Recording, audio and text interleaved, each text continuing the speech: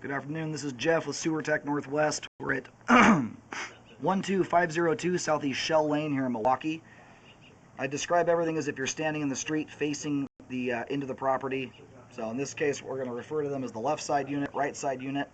We are at the right side unit right now, going into a 4-inch ABS cleanout. I do have water running, and we're checking the overall condition, serviceability of the sanitary sewer line. So we drop straight into standing water, and I can hear the line gurgling. Oh, I hope you don't have Orangeburg pipe here. That's almost what that's looking like. We shall see here in just a moment.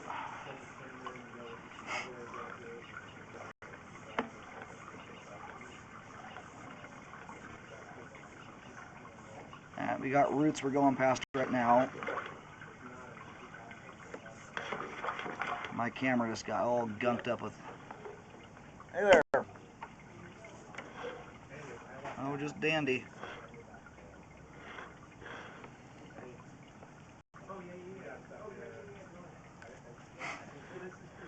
I'll pull out and try and clean the camera lens up. Whenever my camera just went through, just got all greased up there.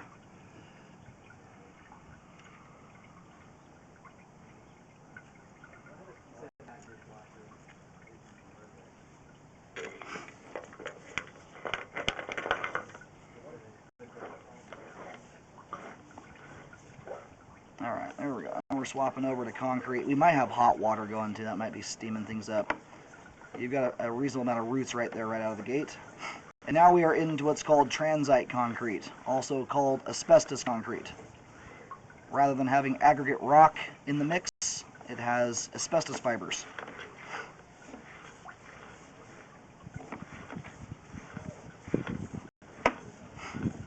And in general, the stuff, what I like about this stuff is it has far fewer pipe joints than regular concrete.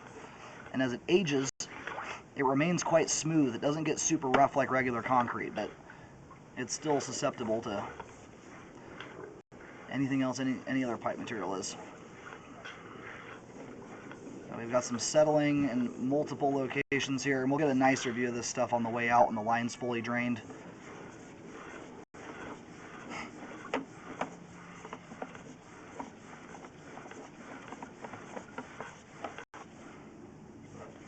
Alright, back into ABS pipe now.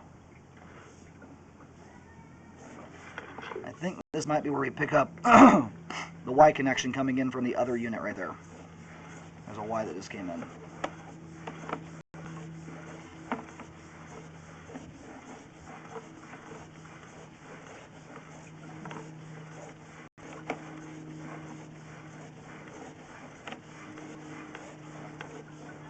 And back over to transite.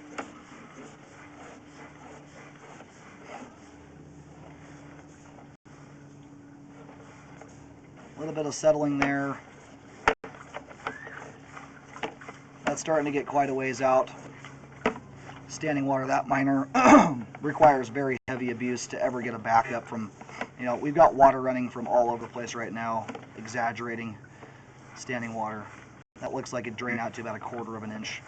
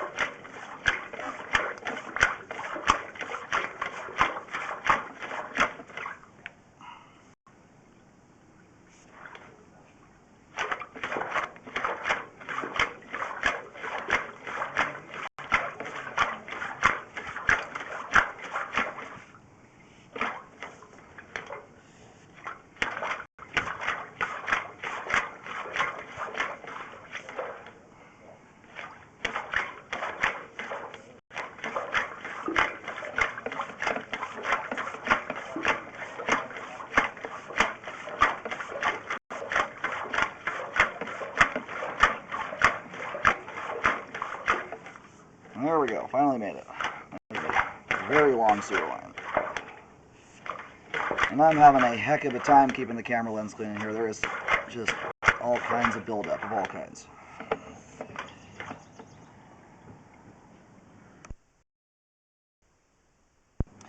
Alright, while we're waiting for the line to drain out here, I apologize for my hoarse sounding voice today. I hope you can hear me okay. If you're standing out in the street, once again, facing this property, the line ends up turning, goes way the heck away from this house. It goes down the street to the left of this home. There's a green, kind of a forest green, hunter green house to the left of this property. You'll see two manholes straight out from their house. The line is terminating, at least appears to be, right next to the manhole that's furthest away from that neighboring house.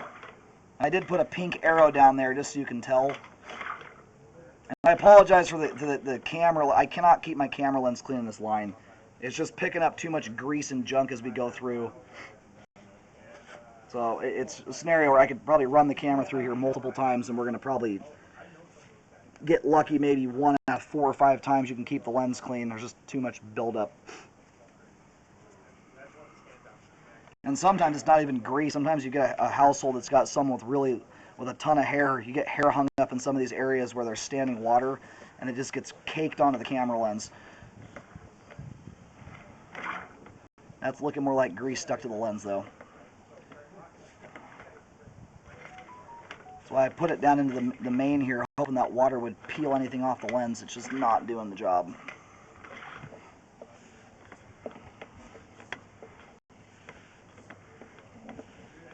Anyway, I'm going to start pulling back in here. The line will continue to drain off here.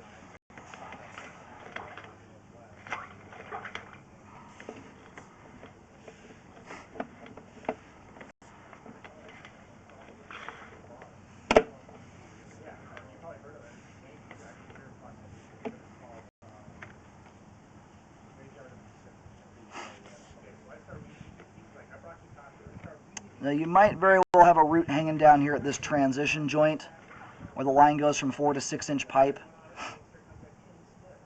It's hard to tell because there's debris caked over the top of it. And sometimes you can get an appearance like this. The line right here is switching from 4 to 6 inch. If the main lateral has ever backed up before and backed up a bunch of debris up this line, debris can just simply get hung or stuck to the lip on that joint because you have a 2-inch diameter change here. It's hard to tell with certainty if that's roots coming through there with debris caked over the top of it or what you've got going on there.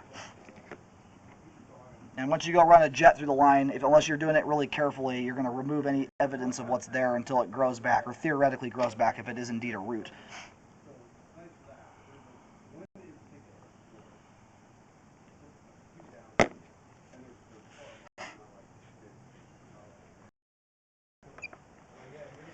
All right, right now we're essentially just about in the driveway of the neighbors.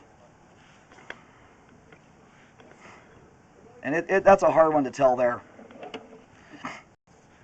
There's no obvious trees in the vicinity. That doesn't mean that there couldn't have been a tree at one point that got cut down. But I have a hard time thinking someone would have found a root, or a root that caused a blockage at that distance. At 160, 70 feet, the root would have to be blocking almost the entire sewer line on its own to ever cause a backup from that far away. The amount of head pressure you build up, filling up nearly 200 feet of pipe is a humongous amount. There's very few things that can withstand that much head pressure. It usually takes a very large root and a lot of improper stuff going down the line to clog that good. Now, considering the length of this line, I'm fairly pleased with the gradation on it. It's not easy to grade a almost 200-foot sewer line, especially on a flat property like this that doesn't have a bunch of hills on it to take advantage of natural slope.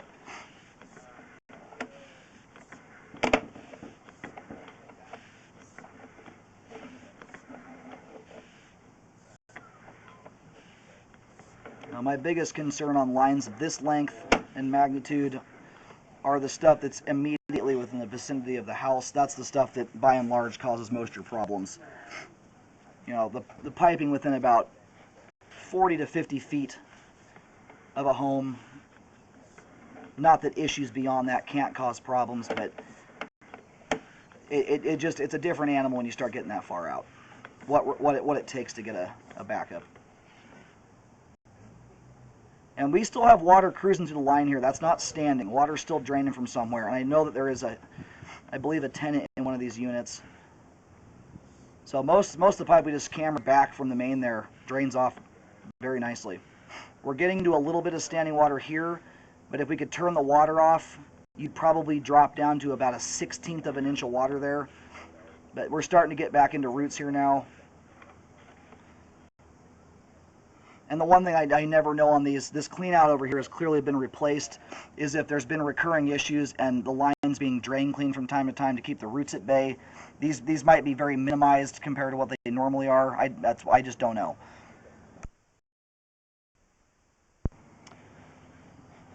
Okay, right now we're within the neighbor's property. I put a pink arrow that's pointing. I'm on the street edge where I'm putting that arrow. It's pointing straight towards our property. That marking there is not a repair marking. That is merely showing you that's in line with where that spot is at.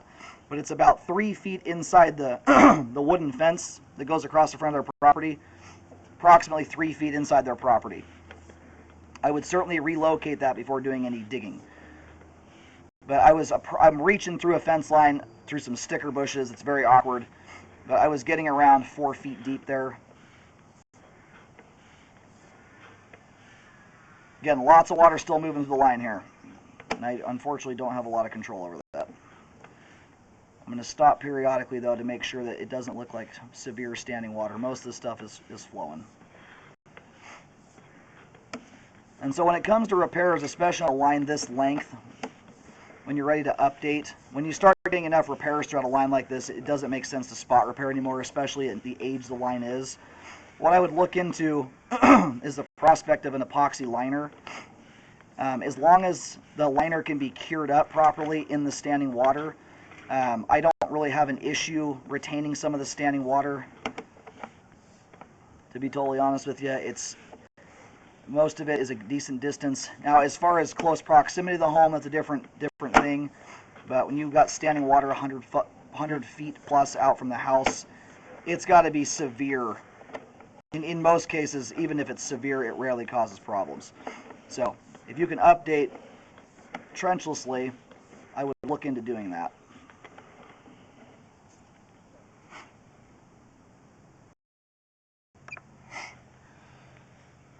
Alright, now we're at the front left corner of the property. There's a big tree there with a bunch of ivy on the ground.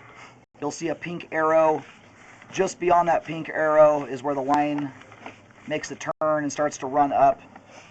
You know, it's kind of in the area where you kind of would expect a right-of-way to be. I was getting only about 2 foot 8 inches deep there. It's very shallow. You get tight tolerances with lines this long.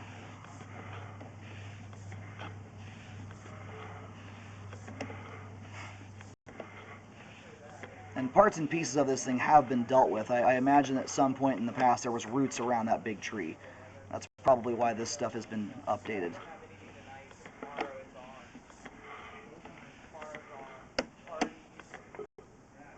Alright, there's our Y connection coming in there. I mean, considering the length this thing is, I am amazed at how little standing water's in it, to be totally honest with you. It's normally when I'm scoping lines this length, you're looking at bellies that are 30 feet long with 3 to 4 inches of standing water in them. So this was very well installed in its day.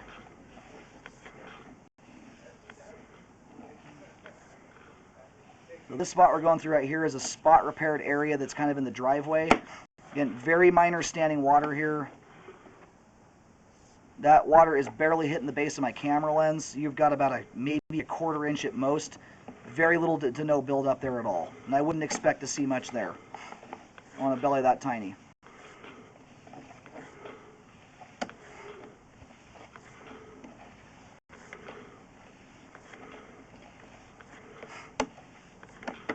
And the most concerning part of this line here is, I mean, obviously we've got roots out there, but as far as the stuff that's the most likely to lead to issues right now, it's the close proximity stuff. It's right here, right out of the gate. This is a root right here you don't want to have.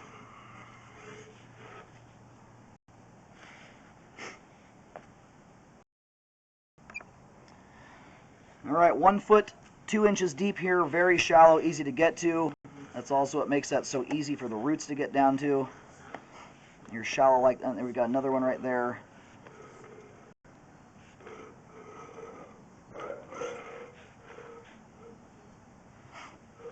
Man, that root right there blew right through the sidewall of the pipe, it looks like. I don't even see a pipe joint sitting there. That's impressive.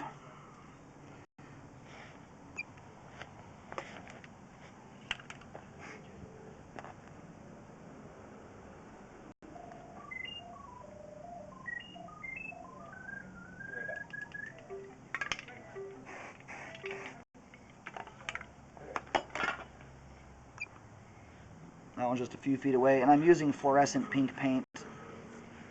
You'll see 2 X markings right next to each other there.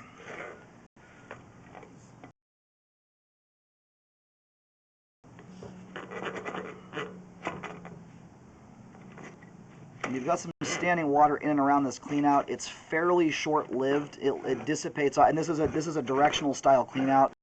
It's really not designed for my camera to go backwards, but I wanted to articulate back far enough to see there. You do have some standing water though right at the clean out.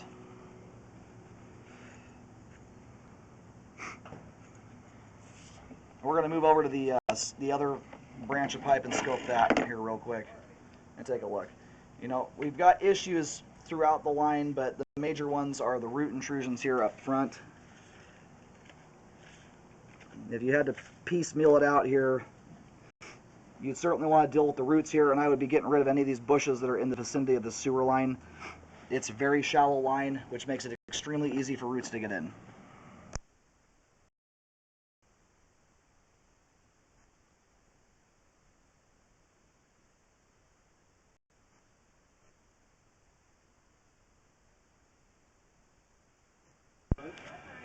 Alrighty, now we're over at the left side unit on the end of the building that faces out to the street. And this thing is scaly.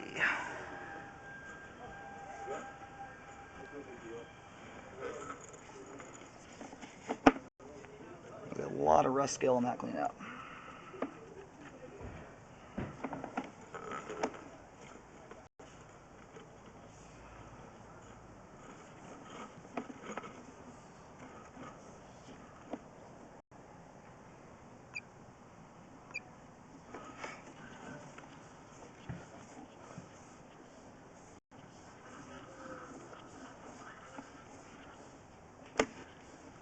Alright, got a decent belly there. That's probably the worst belly I've seen so far.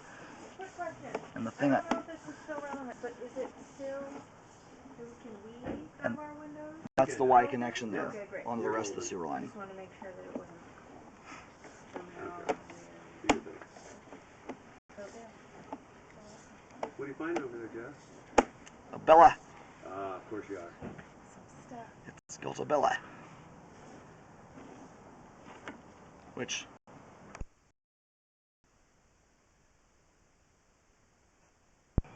Alright, so this is the tail end of the belly here. At its worst, you're working with about an inch. It's a little bit more than that. It's closer to 2 inches of standing water there. And based upon the amount of scale buildup in the cleanout, that often indicates the line is backing up. Not constantly necessarily, but it has. That's usually what creates all that scale buildup. Is that an us thing